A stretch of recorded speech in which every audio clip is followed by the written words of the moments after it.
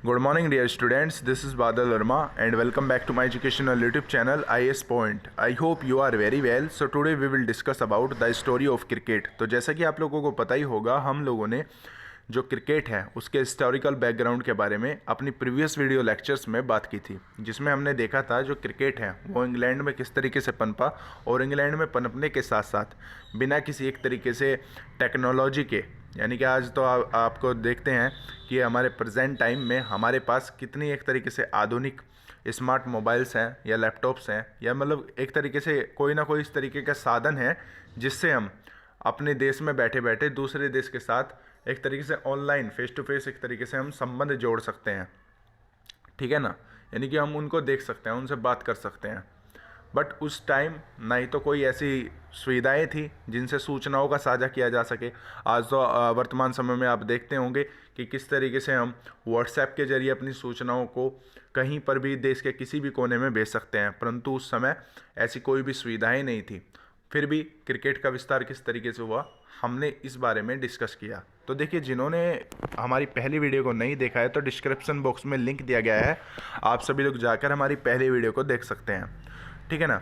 तो आज की इस वीडियो लेक्चर में हम बात करने वाले हैं तो आज के दौर में जो व्यापार है, व्यापार मीडिया और क्रिकेट, तो यानी कि क्रिकेट में व्यापार और मीडिया किस तरीके से जो है वो साझा हुए।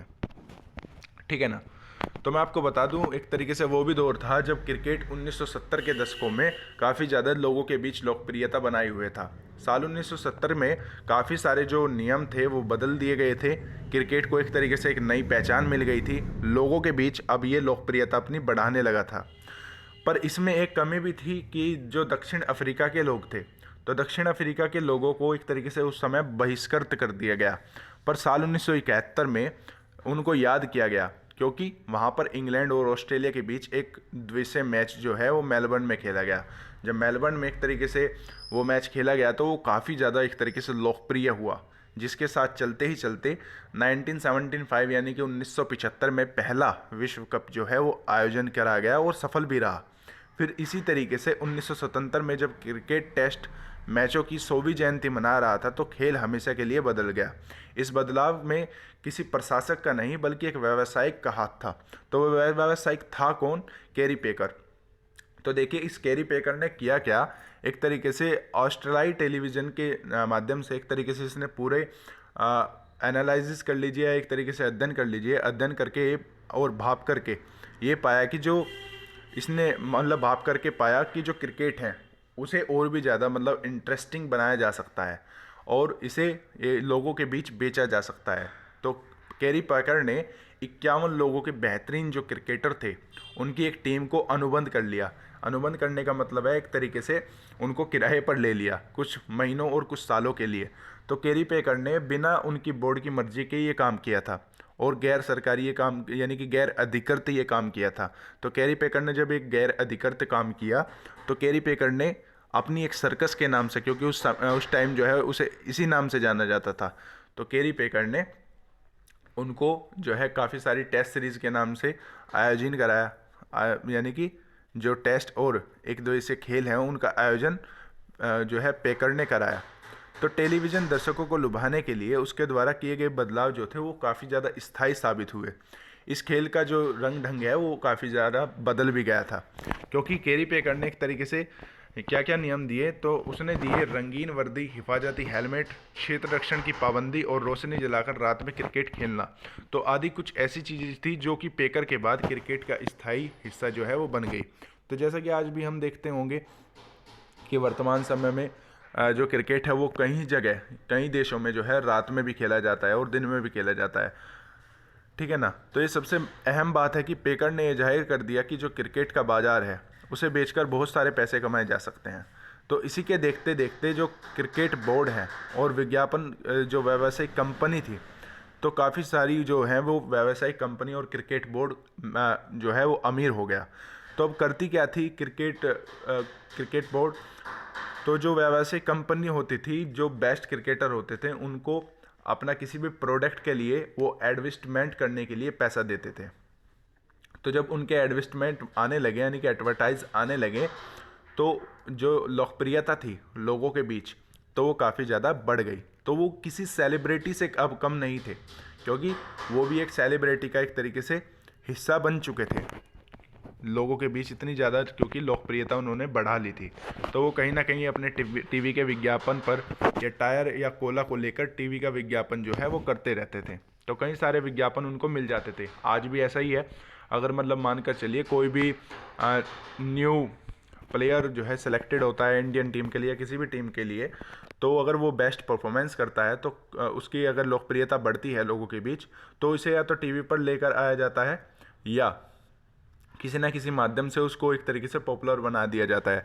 जैसे आपने MS धोनी के बारे में सुना होगा, जो हमारे देश में काफ़ी सारे क्रिकेटर प्रेमियों के लिए लोकप्रिय एक तरीके से प्लेयर हैं। तो MS धोनी के ऊपर भी एक तरीके से मूवी बनाई गई थी, आप लोगों को पता होगा। सचिन तेंदुलकर के ऊपर भी हमारी एक मूवी बनाई गई थी, तो आपने भली बात ही देखी होगी, ठीक है ना।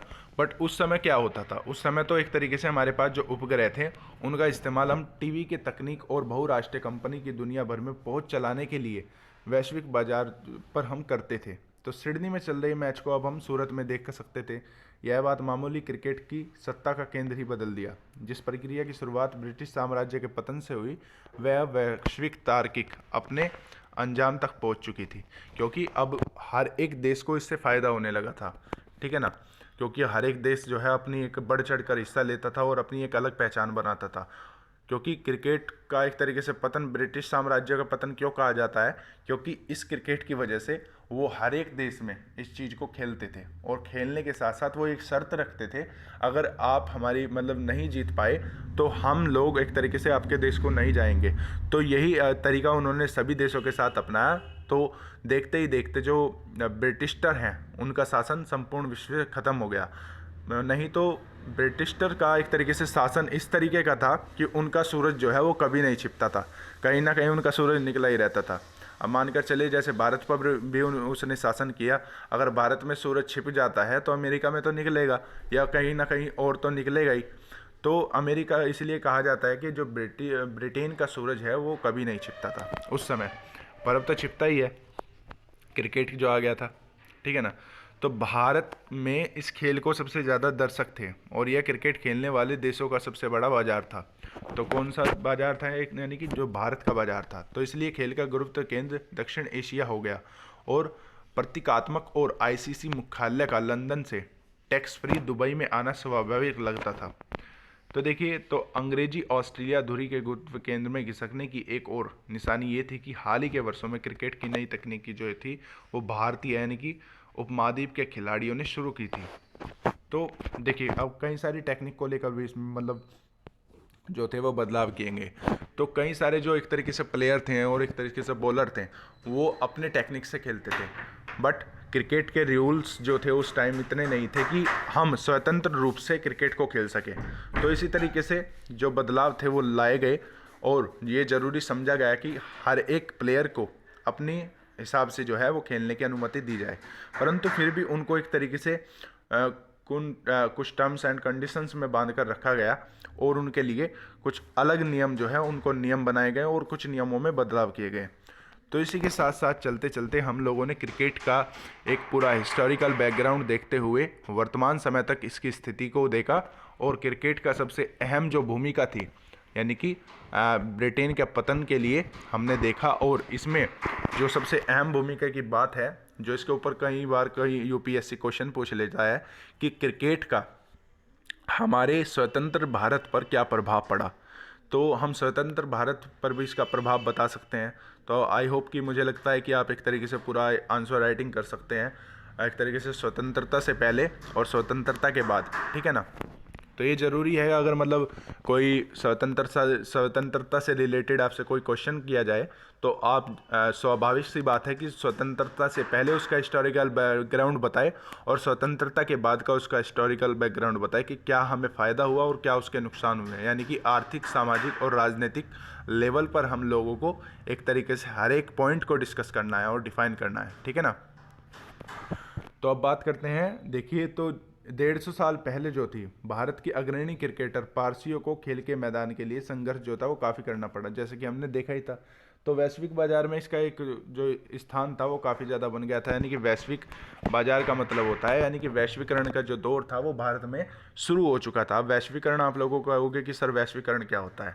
देखिए, वैश्वीकरण एक तरीके से वो प्रक्रिया होती है जो अपने देश में न रहकर दूसरे देशों में व्यापार करे, उसे हम वैश्वीकरण कहते हैं। उसमें होता क्या है कि जो हमारी संस्कृति है वो दूसरे देशों में जाती है और जो दूसरे देश की संस्कृति है वो हमारे देश में आती है, उसे ही हम वैश्वीकरण कहते हैं। और काफ़ी ज़्यादा प्रभाव तो टेक्नोलॉजी और एक तरीके से नए रूल्स का जो है क्रिकेट पर पड़ा।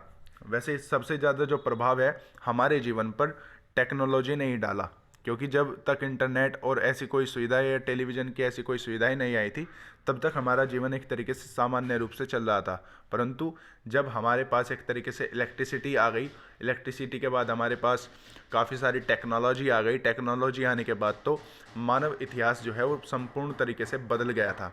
क्योंकि आज हमारे पास अपने कृत्रिम तरीके से हम हवा को चला सकते हैं। यानी कि आपने पंखा देखा होगा, अगर हमें गर्मी लग रही है तो हम पंखे का इस्तेमाल कर सकते हैं लाइट के ज़रिए, या हमारे पास और ज़्यादा गर्मी लग रही है तो हम एसी का भी इस्तेमाल कर सकते हैं।